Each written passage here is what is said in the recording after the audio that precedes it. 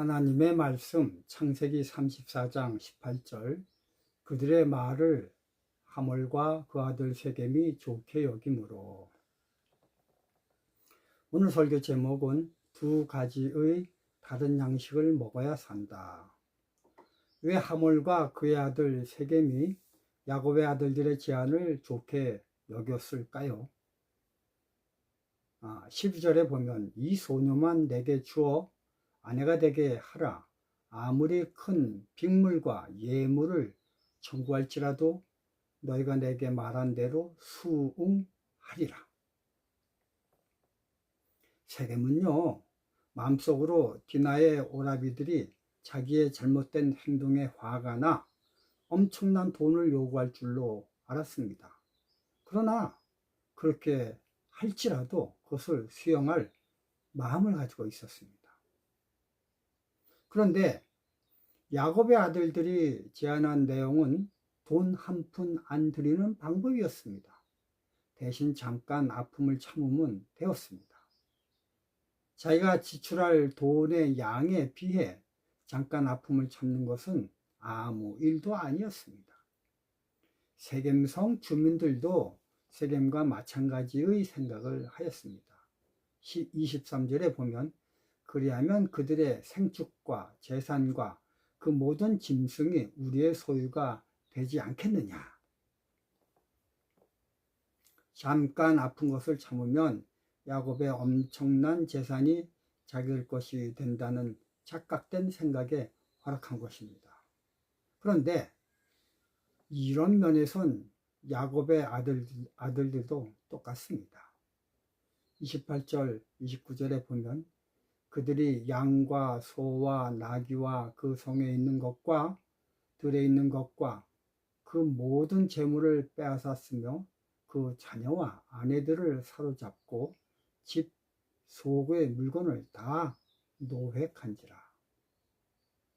이런 일을 저지른 칼로 하몰과 그 아들 세겜을 죽이고 디나를 세겜의 집에서 데려왔으면 됐지. 굳이 세겜성을 약탈할 필요까지가 있었겠습니까? 그러므로 이들의 모든 옳고 그름의 판단은 오로지 돈이었습니다. 재물이었습니다. 이렇게 모든 행동 판단을 오로지 재물의 유무로 하게 되면 그 결국은 죽음입니다. 그래서 하몰과 세겜도 죽었고 세겜성 사람들도 죽었습니다. 하다못해 예수님의 12제자 중 한 명인 가룟 유다도 요한복음 12장 6절에 보면 이렇게 말함은 가난한 자들을 생각함이 아니요 저는 도적이라 돈꾀를 맞고 거기 넣는 것을 훔쳐감이러라.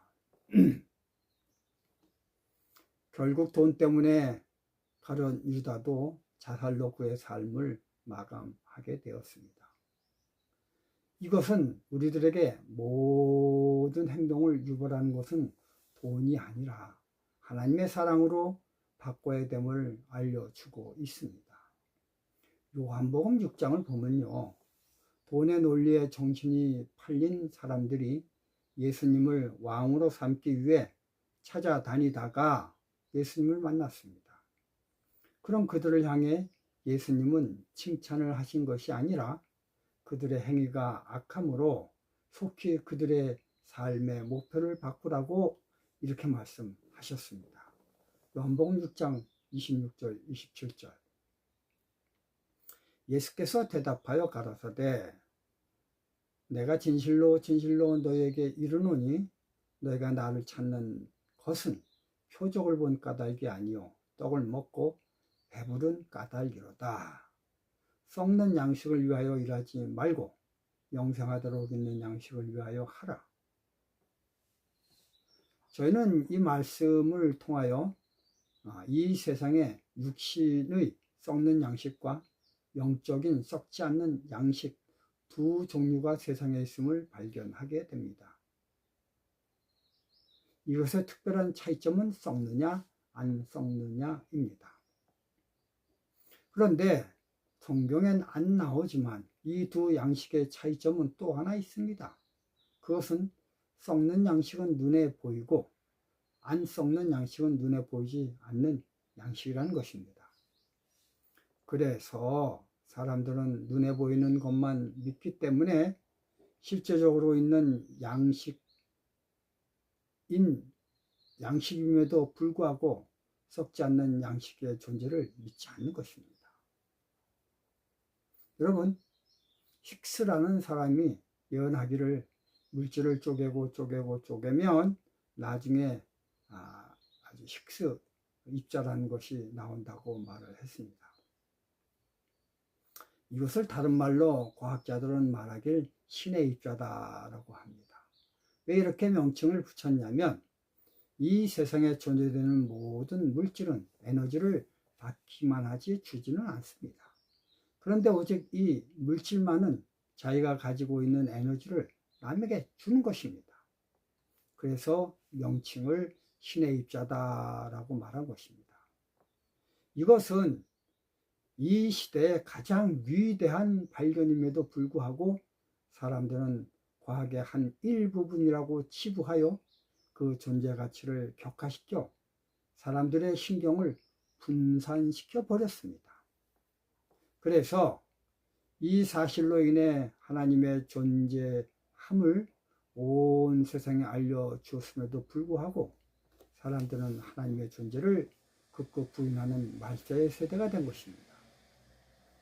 그런데 사실 신의 입자라고 과학자들이 발견했다고 했지만 이 현상은 우리 주변에 널리고 널린 현상입니다. 그 한 예로 제가 낮에 일을 너무 해 피곤해서 밤에 침대에 쓰러져 잠을 자면요, 그 다음날 아침 나는 마치 내 핸드폰에 전기가 없이 사용하지 못하다가 충전을 하면 새롭게 사용하듯이, 또는 전기 자동차가 전기가 다 돼 멈춰 있다가 전기 충전소에서 전기를 충전하면 또 쌩쌩 달리듯이 나도 아무것도 안 하고 밤에 잠만 잤는데 어제의 피곤이 싹 달아나고 싱싱하게 충전되어 아침에 일어납니다. 그렇다면 그날 밤 나에게 와서 내 몸에 새로운 에너지를 충전시켜준 사람이 누굽니까? 그것은 인간, 그 누구도 아닌 신의 입자를 통해 내 몸에 에너지를 부여해 주신 하나님이신 것입니다. 아니, 인간은 그 누구도 나의 피곤한 몸을 다시 생생하게 만들 수 없습니다. 오로지 신의 입자를 통해 내 몸에 건강한 에너지를 충전시켜 주실 수 있는 분은 하나님뿐이십니다. 이렇듯 온 세상에 널리고 널린 보이지 않는 양식이 있지만 인간들은 보이지 않는다고 인정해 주지를 않는 것입니다. 내가 어제 저녁에 파김치가 되어 잠자리에 들어 잠을 자고 아침 일어나자마자 혈기가 왕성해졌습니다. 그런데요, 그렇다고 해서 그날 아침 제가 아침밥을 안 먹으면 어떻게 됩니까? 예, 힘이 없어집니다. 이처럼 우리는 살기 위해서는 하나님이 주신 양식과 태양빛으로 만들어진 양식 두 가지를 먹어야 생명을 유지할 수가 있습니다. 그래서 하나님은 아담을 에덴 동산에 만들어 살게 하실 때 두 종류의 양식을 먹게 하셨습니다.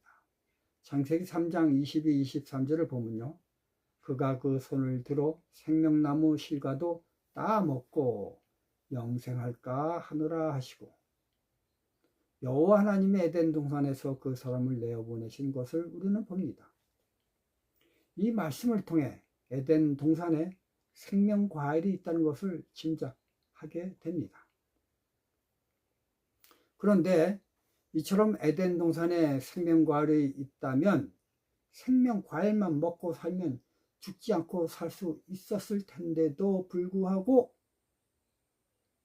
하나님은 에덴 동산에 사는 사람에게 생명 과일뿐 아니라 또 다른 양식을 먹어야 살 수 있도록 체계를 만드셨습니다. 창세기 1장 29절 하나님이 가라사대 내가 온 지면에 심에는 모든 채소와 씨가진 열매 맺는 모든 나무를 너에게 주노니 너희 식물이 되리라. 도대체 하나님은 무슨 생각을 하셨는지 모르겠습니다. 아니, 영원히 죽지 않는 생명 과일만 먹으면 영원히 죽지 않을 텐데 뭐 때문에 씨 가진 열매를 먹어야 산다고 하셨을까요? 이런 생각에 나는 깊이 생각하다 이렇게 생각을 하였습니다. 생명나무의 생명과일도 빛을 보고 열매를 맺고 씨 가진 곡식도 빛을 보고 열매를 맺는 것을 보면 생명 에덴 동산엔 서로 다른 두 가지의 빛이 있다고 생각을 하였습니다. 그래서 저는 깨달았습니다. 하나님이 첫째 날 빛을 창조하셨고 넷째 날 해달 별의 또 다른 빛을 창조하신 이유가 여기 있구나. 그렇기 때문에 아담은 첫째 날 빛의 영향으로 만들어진 또 이 첫째 날 빛의 이 광합성, 첫째 날 빛으로 광합성을 해서 만들어진 생명과일을 먹고 넷째 날 빛으로 만들어진 태양의 광합성으로 씨 가진 열매를 먹어야 산다는 것을 발견한 것입니다. 생명과일만 먹어도 안 되고 태양빛으로 만들어진 씨 가진 곡식만 먹어도 안 됩니다. 그래서 우린 식물 잎의 엽록소에서 태양빛을 합성한 광합성 작용에 의한 씨 가진 곡식을 먹고 이와 더불어 첫째 날 빛으로 인해 빛의 광합성으로 인해 열매 맺은 생명과일을 먹어야 죽지를 않는데